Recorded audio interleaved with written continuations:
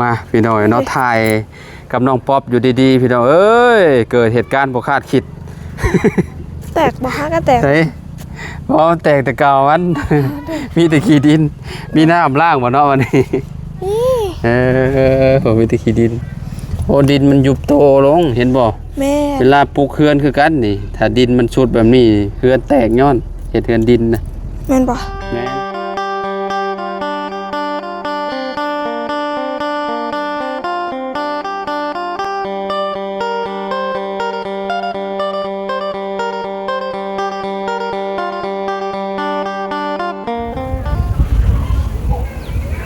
มาพี่น้อยเนาะเปิดภาพมาบัดนี้อยู่ที่เฮือนน้องป๊อปเพิ่นพี่น้อยเนาะป๊าดโตพี่น้อยเนาะคือได้ยินข่าวว่ามีข่าวดีมาอีกว่าซั่นเนาะพี่น้อยเนาะทางน้องป๊อปเพิ่นนี่แหละเนาะเอาไปหาน้องเพิ่นก่อนพี่น้อยเนาะเฮ็ดหยังเด้อยู่ในป่าบางนัดนี่เนาะเอาก่อนอื่นก็สบายดีเด้อ FC บัสกูสู่คนพี่น้อยเนาะหาน้องป๊อปสบายดีน้องป๊อปสบายดีโอ้เห็นยังนี่กำลังสิเอามันนั่นเอาไปผ่ากินบ่บางนี้บ่ล่ะบ่หูคือกันใช่คือบ่เห็นมีเนาะเบิดแล้ว เรียบร้อยเบิดแล้วเบิดตอนจุอ้ายไปอยู่อยู่ไสก็ไปอยู่ไสอยู่ไสไปเมื่อวานนี่บ่เตียงเขามาหาบ่แม่นโอ้มีหยังน่ะอ๋อโดยมีข่าวดีมีข่าวดีบ่โดยเป็นข่าวมาเยี่ยมเจ้าบ่แม่นแล้วก็มีข่าวดีสมทบมาโดยยังเห็นเฮือนบ่โดยเงินจากล้านนั่นน่ะ4 ล้านทางอ้ายเพิ่นให้นำน้องเลยทางอ้ายเพิ่นบอกว่าสิให้แบบเพราะว่าทางอ้ายเพิ่นบอกว่าบ่ฮู้จักสิขึ้นมื้อใดแม่นแล้วยันเพิ่นบ่ว่างเด้โดยแล้วทางอ้ายเพิ่นบอกว่าให้นำน้องหันดีแล้วยังก็บ่พอให้ยังก็ให้นำทีมงานคันเบิดแล้วซื้อเครื่องซื้อของในเฮือนก็ยากะสิเก็บไว้ยังก็สิมือเขายกย่อหั่นแหละอ๋อก็ดีแหละโดยมื้อใดเจ้าก็ได้มาแล้วเด้โดยแบบว่าซื้ออาหารการกินโดยมื้อยกเฮือนเจ้าเนาะแม่นพี่น้องเนาะโดยมื้อนั้นเว้าไว้อยู่ถามน้องเพิ่นอยู่เรื่องอันนั้นเงินนี่ล่ะบ่เงินซื้ออาหารการกินหั่นน่ะพี่น้องเนาะโดยพอดีบ่เตียงเพิ่นมาเมื่อวานนี่เพิ่นมอบเงินให้น้องป๊อปเพิ่นไว้เลยโดยเนาะเอานั่งตะกูแม่นบ่ตะกูไปเอาผาก่อนเด้ฮะเอาผาปาดจักหน่อยก่อนนั่งลมกันก่อนโดยเนาะจักหน่อยจังกินโดยพี่น้องเนาะบ่ฮู้ว่ามันสิหวานบ่นี่บ่ส่งได้อ้ายว่าเนาะหวานอยู่บ่นี่ก็บ่ฮู้คือกันแล้วฝนตกตลอดเลยบ่คือสิหวานดอกคือสิส้มบ่ส้มก็กินจำเกลือกินเนาะแซ่บอยู่ว่าเนาะป๊อปเนาะมื้อนี้บ่ได้ไปไสบ่น้องบ่ได้ไปไสทางเอื้อยเพิ่นมาลินเอื้อยไสน่ะนั่นแหละเอื้อยเจ้าแท้ๆนี่บ่บ่แม่นเป็นญาติพี่น้องฝั่งย่าค่อยหน้าเพิ่นมาลินเพิ่นมาลินนำโดยมื้อละแกงทำไมเพิ่นกินบ่บ่บ้านเพิ่นก็มีคือกันเพิ่นอยากกินซีนตัวอยากกินซีน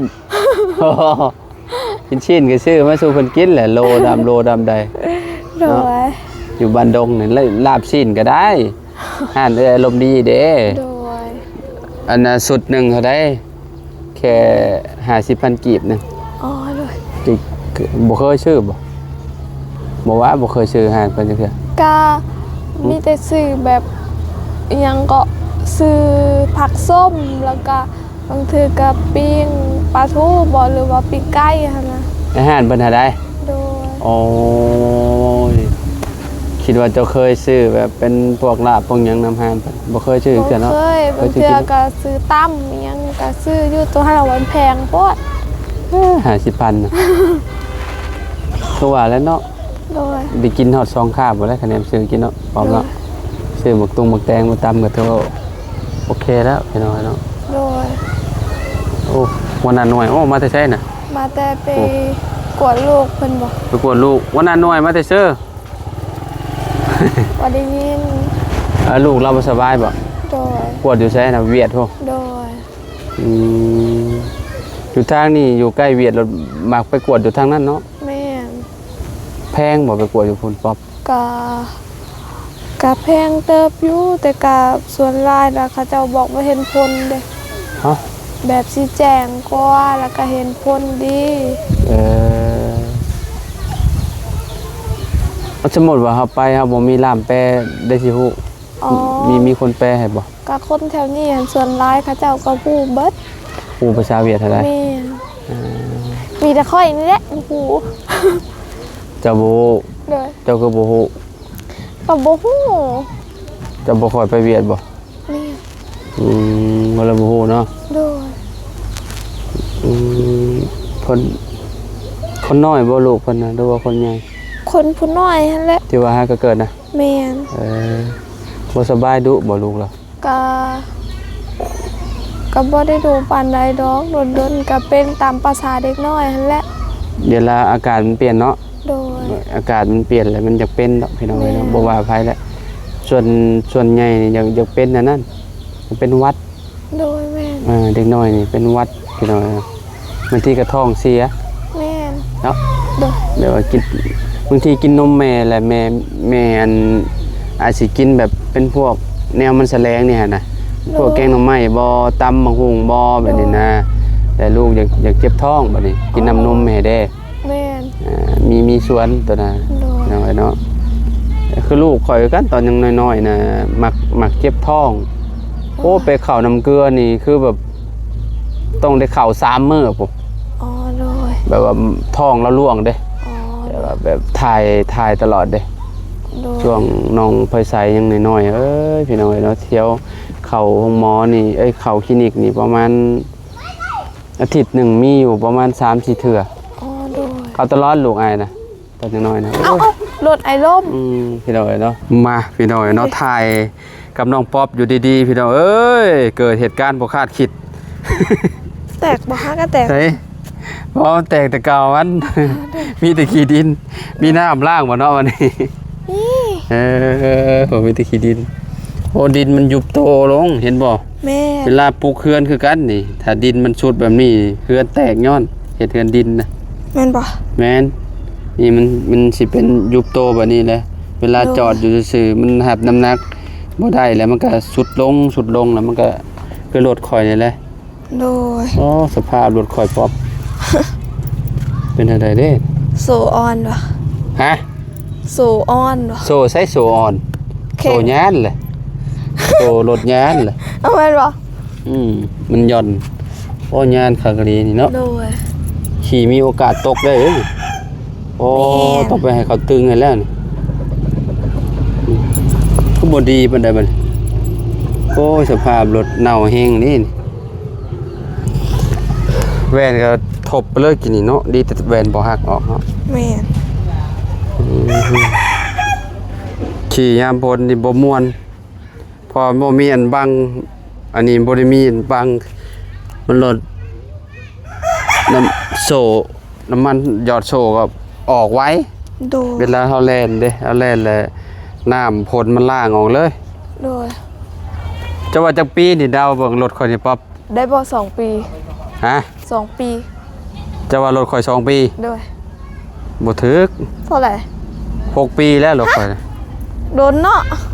ฮะ แล้วก็สภาพก็ยังงาม 6 ปีแล้วรถข้ามมาแต่ฝั่งไทยบ่ได้ อ๋อ นี่ โดย อ่านมึงรู้นี่เป็นบ่นี่ อันบ่เป็น บอกว่าสิบ่เป็น อันนี้ อาจถึงตายหรือพิการหากไม่สวมหมวก นิรภัยนี่หมวกนิรภัย โดย และไม่ควรให้เด็กที่ยังไม่ถึง แต่ว่าเพิ่นว่าไม่ควรให้เด็กที่เท้ายังไม่ถึงที่วางเท้าโดยสาร อ๋อ แบบว่าเด็กน้อยเด้เด็กน้อยแบบนั้นเพิ่นบ่อยากให้ครับมันอาจสิอันตรายได้ขี่ก็สิ บ่ม่วนบ่ได้เพราะกินนี่อันขี้ดินเขากินนี่เนาะ โดย เก่าแห้งเลยไปปั๊บยามันดอก รถฟังสื่อก็ฮู้แล้วเนาะ ฮะ ฟังสื่อก็ฮู้อ่ะ โหยัง เอ้ารถ โดย มีแต่รถลงกันแหล้วราคาบ่มีได้ดอก ซื้อดินซื้อดอนแล้วได้อยู่ราคา โดย แต่รถแล้วมีแต่รถลงกันแหล้ว โดย จังน้อยก็เสียเงินอีกนี่ไปเข่งโซก็เสียเงินแล้วนี่ แม่น เสียเงินประมาณ 10,000 กีบพุ่นละพอแล้วก็ไปตึงโซรถก่อนขี่บ่ม่วนเลยฮอบบ่แฮง โดย เวลาเข้าเกียร์นี่คือแบบอืด อ๋อโดย โซยานก็มีส่วนได้รถก็ได้ แม่นบ่ เออ โดย เมื่อยบ่เมื่อยบ่คุณป๊อปเมื่อยบ่ บ่ บ่เมื่อยติ โดย อืม เฮ็ดคือแบบ คนเมื่อยแท้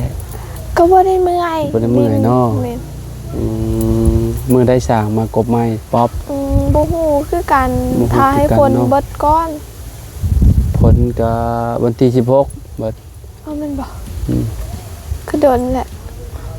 ประมาณครึ่งเดือน อ๋อโดย เว้าเพื่อเมียนเด้คือเห็นในกราฟแบบมันมีตลอดเด้ อ๋อ มันแบบมีกาผลแบบฝนตกตลอด โดย ก็บ่ฮู้ว่าอันมันสิตกต่อเนื่องบ่เลยได้แต่มันก็เริ่มหยุดเป็นช่วงๆแล้วเนาะ แม่น คือเมื่อวานนี่แบบว่าเมื่อวานนี่บ่หยุดนะเมื่อวาน เมื่อ ต วาก นนี่ก็ตก ตก ตอนเที่ยงๆนี่ก็หยุดแน่ หยุดบัดตอนแรงก็ตกอีก โดย มื้อนี้คล้ายมื้อนี้เนาะ โดย ใกล้สิจังโมงเลยเบิ่งโมงก็42โมงเลยคล้ายแน่แล้ว มี42นำ ฮะอันนี้อัน11โมงครึ่งล่ะ อ๋อโดย จังแม่นแล้ววะเจ้าสิได้เจ้าบ่เห็นตะเวนเจ้าก็คิดว่ามันยังบ่สวยติ อ๋อโดย ไปพากินบางนัดเฮาบัดนี้ ไป เอาพาอยู่ไส เามีดก่อน เอามีดไป ด้ มาพี่น้อยเนาะบ้านนี้ ได้ น้องป๊อปปี้เพิ่นสิลงมือพาบางนัดให้กินเนาะเพื่อนเจ้าสิตั้งแบบไหนครับป๊อป คือกับเพื่อนน้องเจดีหั่น บ่เจ้าสิตั้งไปทางใด หันไปทางหน้า หันไปทางหน้า โดย เอ่อ ไป หันไปทางหน้าเนาะหันไปทางหนทางเนาะ โดย โอ้ ไม่อยากเอ้ย บัดนี้เอาไปปลูกแม่น แม่นเอาไปล้างก่อนเด้อ ไปล้างอีก แม่น ไปล้างตั้งน้ำมาให้อ้ายนี่ล้างรถก่อนจังบาด จ้า ล้างกระตารถมาหลังจากที่ไปล้างมาแล้วพี่น้อยเนาะ โดย น้องป๊อปปี้บัดทีถ้าจิผ่าลงกลางเลยก็ได้ แบบนี้บ่ ผ่านเอาเป็นแบบอันนั้นรถปาดหัวมันเอาก่อนก็สุกเลยเนาะป๊อป โดย เหลืองแล้วพี่น้อยเนาะบ่ได้กินบางนัดนี่ก็แต่โดนล่ะตั้งแต่น้องป๊อปอันน่ะเอาให้พุ่น มักนัดสุดมักนี่บ่ บางนี้แสบ สุดตัวไอ้ไปอยู่ใส่ก็โดนแทงนะ หึ สุกหมดเลยแล้วเขา อ เจะ ยู่ เอาไป บ้านก็ดับคือเก่าแหละ เอาแม่นบ่ เออ ไอ้บ่ได้ไปน้ำแม่นบ่ ไม่ใช่ จักก็ไปใส่ข่อยก็บ่ฮู้คือกันข่อยอาจสิลืมก็จักนี่คือเบิดทุกคนบ่ได้เอากินได้วันนั้นน่ะ พระพุทธเจ้าแล้วได้กิน นาบ้าว ผ่าไปเชียงอันนี้คือจีศพ ก็ต้องเป็นธรรมดาเพราะว่าฝนตก แม่จะไม่ใช่ฉบับ อันเด้ เราได้บ่เราไปมันน่ะ ไปมื้อใด ไปหาปลามันน่ะ ก็ได้2-3มื้อนี้ได้ตลอดเลยทุกค่อยไปแบบฝนตกแห้งจังซี่นะไปแบบเฮ็ดหยังก่อนเขาเจ้าต่อไว้แล้วเห็นบ่ฝนตกตอนกลางคืนเห็นปลาขึ้นกะอยู่หมองหั่นเลย บ่ แม่นเฮาก็ได้ตอนเช้ามีแต่ไปเอาแล้วบางเทื่อก็เฮาก็เอาอีหยังก็เขาเอิ้นหั่นโตที่เฮาสอนหั่นน่ะ สวิงนะ โดยได้ สวิงเอาไปดัก ไม่เห็นทันฝนตกแห้งในตอนกลางคืนนี่ตอนมาเช้านี่จุอ้ายไปตั้งแต่เช้านี่เอ้ยได้กิน ปลายังปลาชิว กะลายปลาและปลากระเดิดน้ เจ้าฮู้จักสำหรับปลากระเดิด ำหึ ปลากระเดิดเจ้าฮู้จักครับ อ้าวเนาะบ้านเคยเกินปลากระเดิดคือกัน เรียบร้อยชิมกันเด้อ เด้อเนี่ยเลย หืม ส้มมันบ่ ส้มแห้งเลย ดู ยังชุกบ่คักอีกนะ บ่สุกแล้วแต่ว่าก็คือน้องเว้านั่นแหละเพราะว่ามันเปียกฝนเด้ เป็นบางนัดชมเนาะ เปียกฝน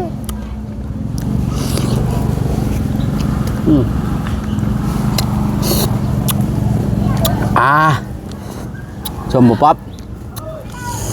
หือ เอาเกลือบ่ บ่ไหว้พอแล้ว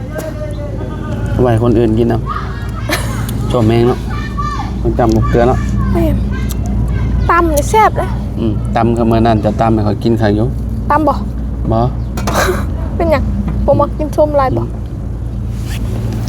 สมมุติว่าตั้งเฮือนนี่สิตั้งมุมกลางหรือมุมนี้ นั่น สิตั้งมุมนั้นบ่ มุมนี้แหละ มุมนี้เนาะหันหน้าไปพุ่นเนาะ โดย สมมุติว่ามีเงินครัวก็ต่อจากนี้เนาะต่อมานี้เนาะ ว่าสิเอายอเฮือนตัวนี้เลย หึ ยอเฮือนตัวเก่านี่คันเฮามีเงินเฮาก็ซื้อเบียร์อิหยังก็ซื้อเบียร์แป้นหั่นเด้เศษแป้นหั่นเฮาก็มาเฮ็ดเฮือนตัวนี้แล้วก็มาย่ออยู่นี่แล้วก็เฮ็ดเป็นเฮือนครัว เอาเฮือนตัวนี้ โดย เอาโยกมาไว้พี่ แม่น ก็ได้คือกัน เฮ็ด เป็น เป็น หยัง เฮือนครัวนี่เฮ็ดกิน ได้ ได้ แม่น วานเพิ่นเฮ็ดก็ได้เอาติ ฮะ วานเพิ่นมาซอยก็ได้ติไทยบ้าน อ๋อได้ ให้เขาเจ้ามาเฮ็ดอยู่เฮ็ดกินให้เขาเจ้ากินเด้ แม่น ได้วะ ได้ มาเนาะมาเอาไว้พี่เนาะ โดย เอาไว้มองเก่านี่เนาะ โดย ไว้บอลอันตะกี้บอลกระตอบโตที่ว่าเพิ่นมากที่มันเอาปั๊มเนาะ โดย แล้วก็รอรุ่นนำกันเฮือน้องป๊อปปี้เพิ่นพี่น้อยเนาะทางน้องเพิ่นก็เนาะมีข่าวดีมาต่อเนื่องเรื่อยๆพี่น้อยเนาะ โดย เมื่อวานนี่ก็ทางเบาเตียงเพิ่นมอบเงินไว้ให้เลยเนาะ โดย ผู้ดีแหละคันว่าอันเจ้าบ่มีเงินดีเจ้าก็เอาเงินตัวนี้เลยอันยกเขื่อนยกชานเนาะแม่นล่ะวะ โดย ซื้ออาหารกันกินก็ต้องใส่คนมายกเขื่อนคือว่าแหละพี่น้องเนาะก็ถ้าเบิ่งนำกันเนาะผลเศร้าก่อนทางสร้างมันก็สิเอามาลงมือกับน้องป๊อปเพิ่นพี่น้องเนาะ โดย โอเคสพี่น้องเดี๋ยวจังว่ากันอีกเทื่อนึงเนาะ โดย แบบ แบบผลมันก็ยังบ่ได้หยุดนะพี่น้องเนาะจักสิว่าจังใดเนาะ โดย คันว่าเขามาหาน้องป๊อปก็คือที่เฮ็ดนั่นแหละบางทีก็อยู่เฮือนแน่บ่อยู่แน่เนาะพี่น้องเนาะช่วงนี้ก็อยู่เฮือนตลอดแล้วเนาะคอยได้ไปใส่ดอกพี่น้องเนาะ โดย อยู่เบิ่งทีมงานเนาะ โดย มาพี่น้องเนาะเขามาจากคนแล้วมื้อนี้ ยังแต่อายมีแต่ผู้เดียวมานี่ ข่อยผู้เดียว โดย โยยังบ่ได้มีไปเข้ามาบ่ โดย ข่อยบ่ได้เข้ามาหาป๊อปปี้จักมือกับป๊อปปี้ช่องบ่ โดย เนาะมาก็อยู่คือเก่าไหม ช่างอยู่บ่มาเด้ โดย อ๋อนี่คุมไว้เรียบร้อยแล้วเนาะ แม่น เห็นในคลิปเบาเสียงอยู่ โดย เบาเสียงบ่ซื้อมาให้ แม่นบ่เสียงนั่นแหละซื้อมาให้บ่เสียงซื้อตะปูนำมาวานนี่นะ พอดีเป็นอย่างตะปูกับไผบัตรพอดีเป็น1,200,000กีบ ซื้อตะปูมาเมียนเนาะมาเมียนปลาไว้ให้สร้างเลย โดย เวลาไปเฮ็ดจังสบาย โดย แพร่บัตรนี่บัดเฮายาเฮ็ดเตือนก็เอาอันนั้นเก็บเมียนเอาไว้เฮ็ดอย่างอื่นอีก ตากเข้าก็ได้ ตากข้าวตากหยังนั่นแหละ แม่น ยามเขาเนาะ โดย ยามเขาตากเขาได้หลายได้นี่ แม่น พี่น้องเอ้ย เขาซื้อข้าวนี่ก็บ่ได้สิแบบบ่แม่นว่าสิ อืม อิหยังเขาตากเบิดเด้บางเทื่อตัวเขายังบ่ตากก็มี อืม เขาก็เอาไปตาก โดยป้าใช่ไอ้ายไปปะละไป จะพอกันใหม่อยู่ดีมีเองพี่น้องเนาะ โดยขอบใจเด้อขอให้เดินทางปลอดภัยขอให้พระเจ้าอวยพร โดยเรื่องไม่พาชลุงชลากันยังอันนั้นพี่น้องเนาะยังคือเก่าแหละเนาะกับหลังคาเนาะ โดย ยังอยู่ที่เก่าพี่น้องเนาะ โดย พอๆกันคลิปหน้าคลิปใหม่เนาะพี่น้องเนาะ โดย สบายดีเด้อพี่น้องเด้อเนาะไปหากินข้าวเช้าก่อนทำก็ได้เนาะ